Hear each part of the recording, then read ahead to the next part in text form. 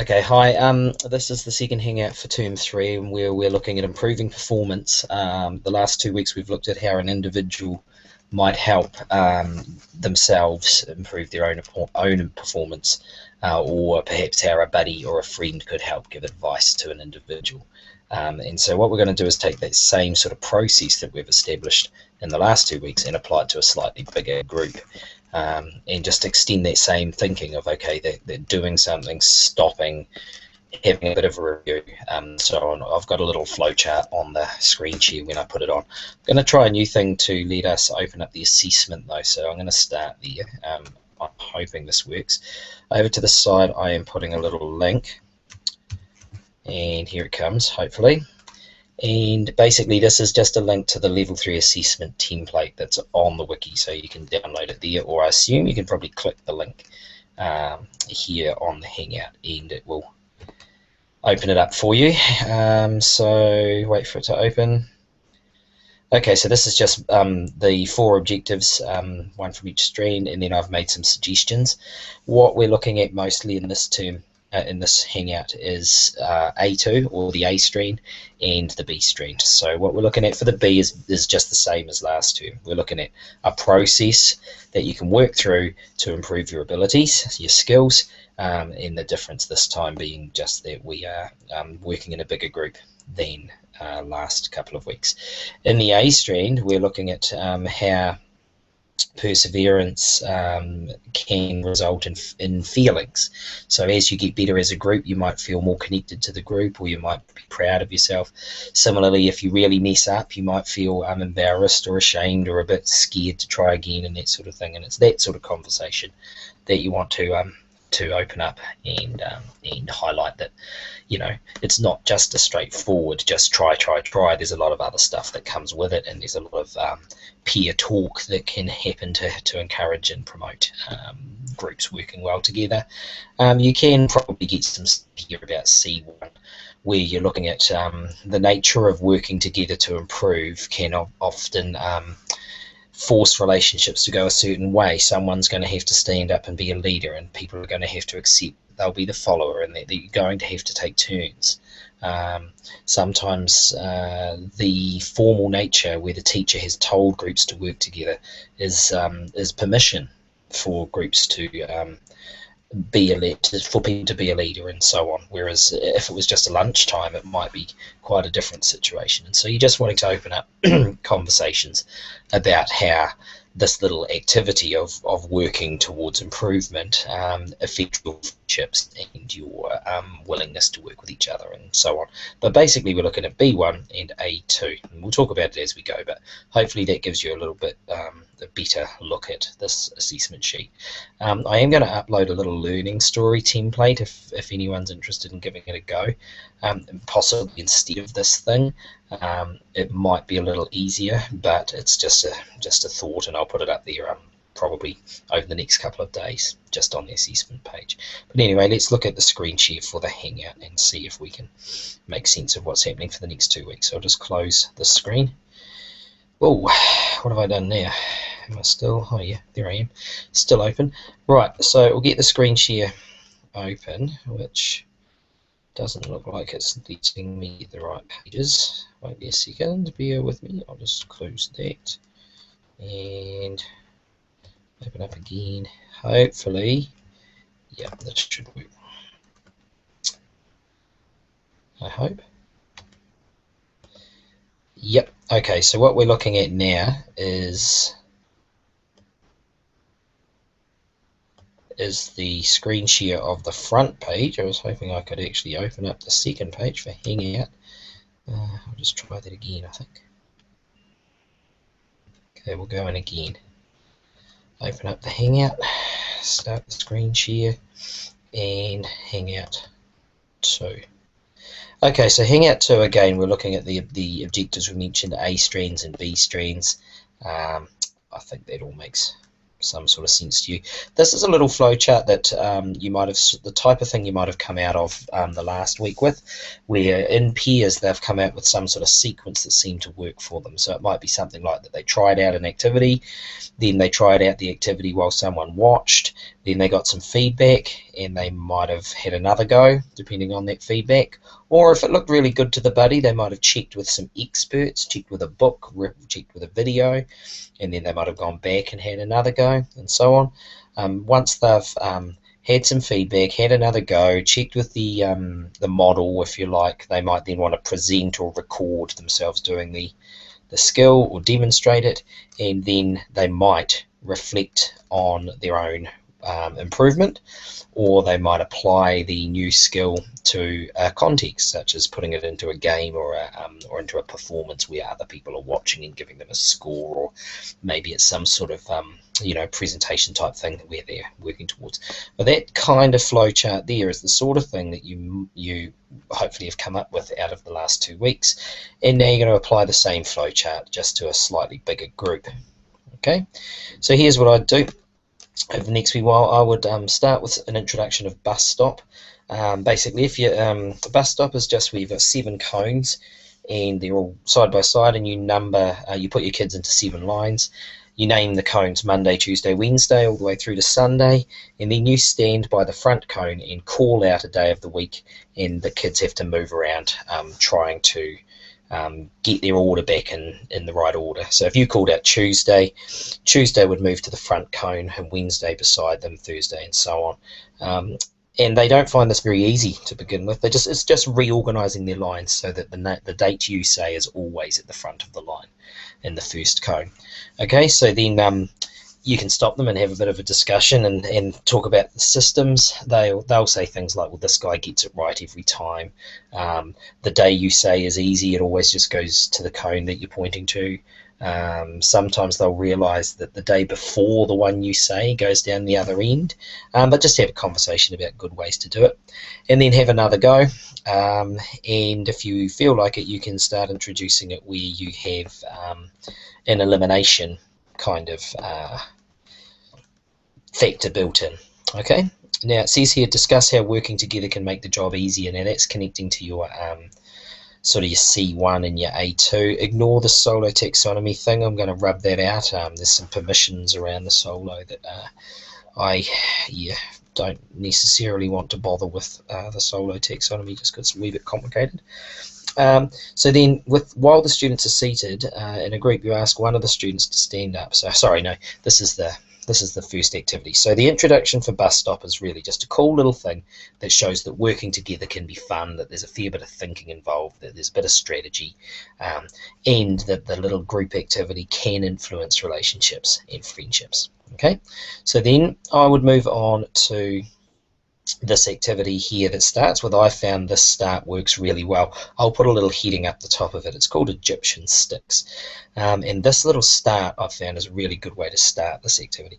What you do is you just put all the kids in a pile, make them all sit down. You get one kid to stand up and hold a pole, and you grab a pole, and then you just sort of gesture to them that you're going to let go of your pole and they're going to have to grab it.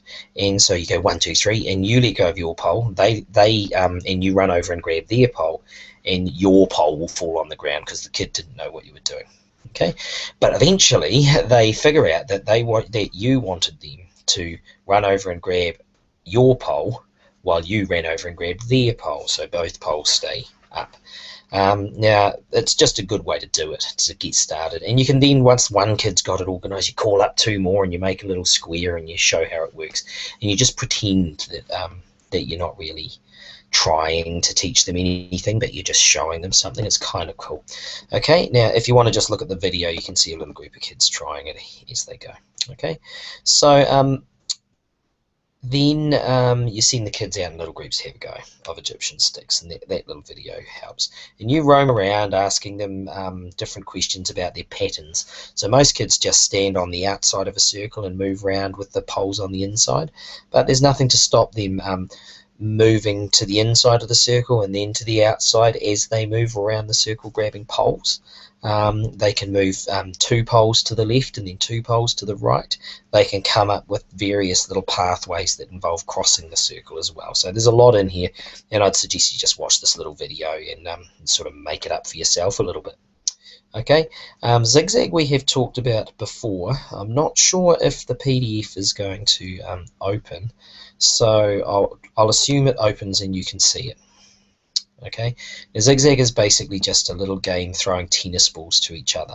Okay, you have a line of kids with tennis balls, say 7 kids on one side and 6 on the other, or 5 on the other, and you don't have all the tennis. Not every kid has a tennis ball. If there's 7 kids on the left-hand side, then about 4 of them have tennis balls. On the other side, no one has a tennis ball. And what you do is you say 1, 2, 3, go, and they all throw the tennis ball across to the other side. And then the person at the end here I've shown runs down to make the line sort of move down the field a little bit. And so they follow the green path. And the idea is to keep passing the tennis balls back and forth. Everyone throws the tennis balls at the same time. So that the group can move down the length of a field without dropping the ball. And it's quite a hard little skill. Probably a group of 6 could do it with 2 tennis balls and get it working quite well. Rather than the bigger the group, you've got more chance of things going wrong, basically. But it's quite a cool little thing. Hopefully that sort of makes some sense. It's quite a hard thing to explain. Okay, I'll just shut it down, hopefully. Yeah, here we go, coming back. So zigzag's another one you could try.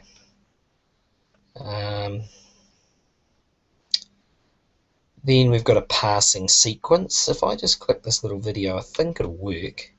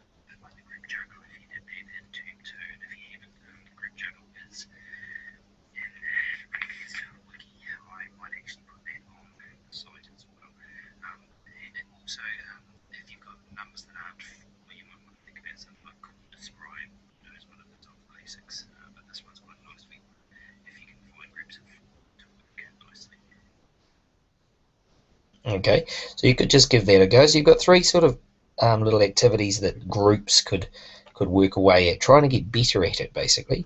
Now, you might have seen this thing, the basketball backboard bounce, where you get a group of about 6 kids, 1 basketball, and the first person runs up to the backboard and just throws it up at the backboard, and the second person in line has to time their run so that they can sort of catch it and push it back up against the backboard without the ball bouncing. So basically, as a group of 6, they're trying to time their run so that the ball is constantly being pushed back up against the backboard, and then the person who pushes it just simply runs round and joins the line again, and they just try and keep this going, a bit like a hot potato. Okay, a really hard activity for kids, but something pretty challenging. It doesn't have to be a basketball back bounce. It could backboard. It could be a tennis ball and a gutter board. It could be sort of anything, really. Now there's another little video here for 2 forward 1 back, and I have talked about that, I think, in a previous wiki, and I won't play it, but you can just push that. It's another little activity. It could involve about 8 children, or even half a class if you wanted to, but half a class gets a little bit tricky to to really focus on the process. There's too many people, too many variables in there, and I'd be trying to get groups of about 6 or 8. Okay, so that's all in week 1. What I'd do is I'd really just pick one of those activities and have the students work through the flowchart that you've got up the top here. Okay, now you could, when it comes time to getting feedback, you could set up some structures around that you want to, 10 minutes to try out the activity while people, one person watches, or maybe it's just that the whole group go for it and then they stop. Instead of getting feedback, they just talk. Then they check with the experts, or they check with the teacher, or they check with a book, or they get someone to come over and give some advice, basically. Now, the way you structure your lesson might be that you require all the students to do the same task, or it might be that you introduce a couple of them at the start of your lesson and you just let them choose. Or you could set it up where different groups, so you've got about 5 tasks here, that each group does something different, and then that way they could present to each other at the end, and it would be a little bit novel. But really it's up to you how you want to do that.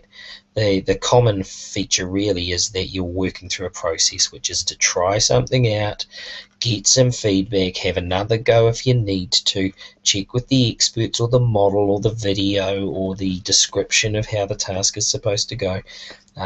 Experts could in fact just be the teacher coming over to watch and giving some feedback, and then presenting their efforts to another group or to the class, or even presenting it to an iPad recording. And then when they're finished, they can reflect on it, especially if they've made a recording, or they could apply their skill to a new context. So Egyptian sticks, they could just put it to music, something like that. Some of those little games, they could try and create a new challenge that works the same way. Okay, so anyway, and then the second week, which is week 4, let's see what it's got. Now, basically, each group from week 1 picks a new skill, goes and does something different, but all from that same list of things. But the extra bit is that you want them to have a go at recording their thoughts about how they're going along the way. So what I've got here is a little video of a couple of kids sort of creating a little journal, and that's really the final step of that flowchart. Up the top it said reflect and apply, present and demonstrate. Well, this is sort of that reflecting kind of video that they came up with here. Okay, so all I'm suggesting you do is over the next 2 weeks you think up a structure where you can have the students work through some of these activities. It might be that you pick 2 and just teacher directed to deliver them. It might be that you run some sort of stations for 2 weeks. It might be that you give them 2 activities for the first week and 2 activities for the second. All sorts of ways. Maybe in this 3rd week, this next week of school that you're starting, you could work through 3 activities, and then in that 4th week you get them to pick one of those 3 that they just want to really focus on and get a lot better at, and include the video reflection. Now, video reflection doesn't have to happen within PE time. You could set up some sort of system where they go for it back in their class or something like that. I'm sure you've got cool ideas for that. Now, if you do upload anything to YouTube, it'd be fantastic if you could email me a link of what you've been up to. Okay, and we'll go from there. So I hope that makes some sense. If you need to get in touch, just write to me at morganton111@gmail.com, and we'll leave it at that. Thanks very much.